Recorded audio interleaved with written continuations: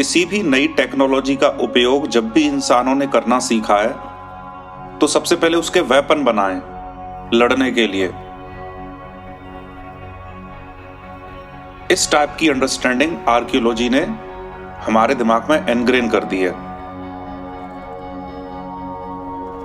तो mainstream archaeology के according ये पूरा इतिहास है 3 ages, stone age, bronze age और आयरन एज।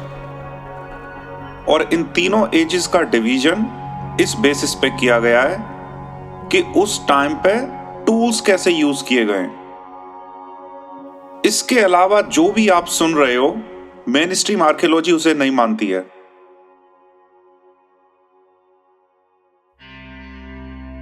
तो स्टोन एज जो कि 25 लाख साल से पिछले 5000 साल तक चला है, अर्ली ह्यूमन सोसाइटीज करीब करीब 3000 BC तक, जब मोस्टली लोग एक जगह से दूसरी जगह पर घूमते रहते थे और जहां पे भी जानवर होते थे उनको हंट करके फिर आगे बढ़ जाते थे। तो बेसिकली एक जगह ना रहने वाली जीवन शैली, हंटर एंड गैदरर्स, मतलब पूरी तरह से कबीलों टाइप जीवन। पत्थर के टूल्स का इस्तेमाल करना, मिट्टी के बर्तनों का यूज करना। तो स्टोन एज के जो मेन सिविलाइजेशंस हैं उसमें 2 का नाम सबसे ऊपर आता है। पहला मेसोपोटामिया मतलब सुमेरियंस, और दूसरा इंडिया का इंडस वैली सिविलाइजेशन। इन दोनों के बाद एंशिएंट इजिप्शियंस जो कि कंटिन्यू होके ब्रॉन्ज एज तक पहुंचे हैं। लेकिन मेसोपोटामिया मतलब सुमेरियंस और इंडस वैली सिविलाइजेशन, ये 2 का नाम सबसे ऊपर आता है स्टोन एज में। और स्टोन्स की सारी बड़ी बड़ी इमारतों का निर्माण 3000 BC के बाद हुआ है कॉपर टूल्स को यूज करके। ऐसा मेन स्ट्रीम आर्कियोलॉजी का अभी तक स्टैंड रहा है। इसके बाद कॉपर क्योंकि बहुत ज्यादा कमजोर धातु होती है, इसीलिए उसमें टिन को मिक्स करके ब्रॉन्ज और ब्रास यानी कांसा और पीतल, ये 2 नई धातु का निर्माण हुआ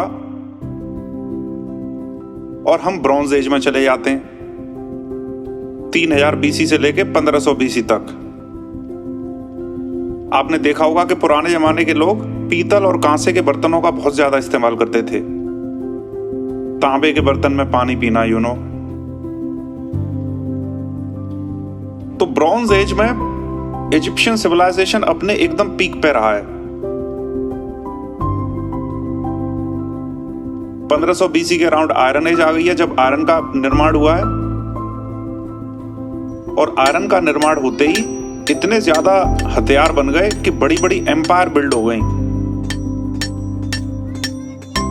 तो बड़ी एम्पायर को बिल्ड होने के पीछे सबसे बड़ा रीजन ये है कि आयरन को यूज करना लोगों ने शुरू कर दिया और उससे भालों का निर्माण,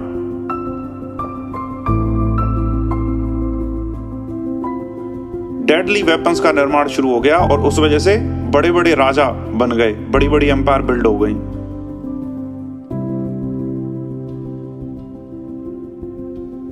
ये आर्कियोलॉजी का मेन स्टैंड रहा है।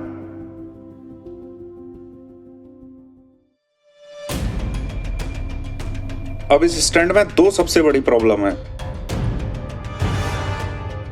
पहली प्रॉब्लम गोबेकली टेपी,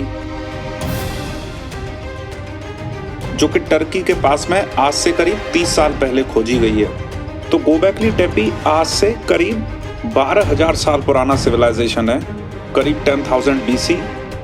उन लोगों ने टी शेप स्टोन पिलर्स, मतलब 6-6 मीटर लंबे करीब 20-20 टन के स्टोन पिलर्स को टी शेप में काट के और फिक्स करके उन लोगों ने मॉन्यूमेंट्स बनाए। टर्की के पास में ये एक जगह है। तो सवाल ये है कि क्या हंटर गैदरर्स, जो लोग नॉर्मैडिक लाइफस्टाइल जीते थे, एक जगह से दूसरी जगह पर ट्रैवल करते रहते थे, क्या वो इतने बड़े बड़े स्टोन्स को क्राफ्ट करके ऐसी बिल्डिंग्स को कंस्ट्रक्ट कर सकते हैं? This is argument number 1।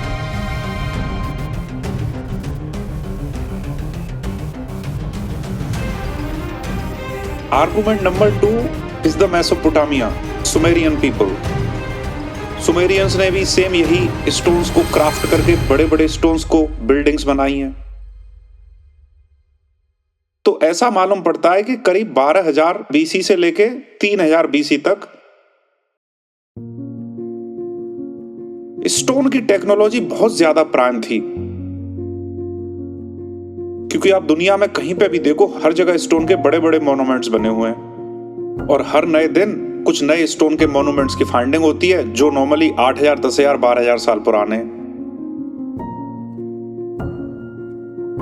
So the point we are making is that archaeology ने एक कॉन्शियस एफर्ट डाला है हर एक सिविलाइजेशन को थोड़ा जल्दी बताने का, और उसके पीछे सबसे बड़ा रीजन ये है कि आर्कियोलॉजी मोस्टली चर्च से ड्रिवन रही है।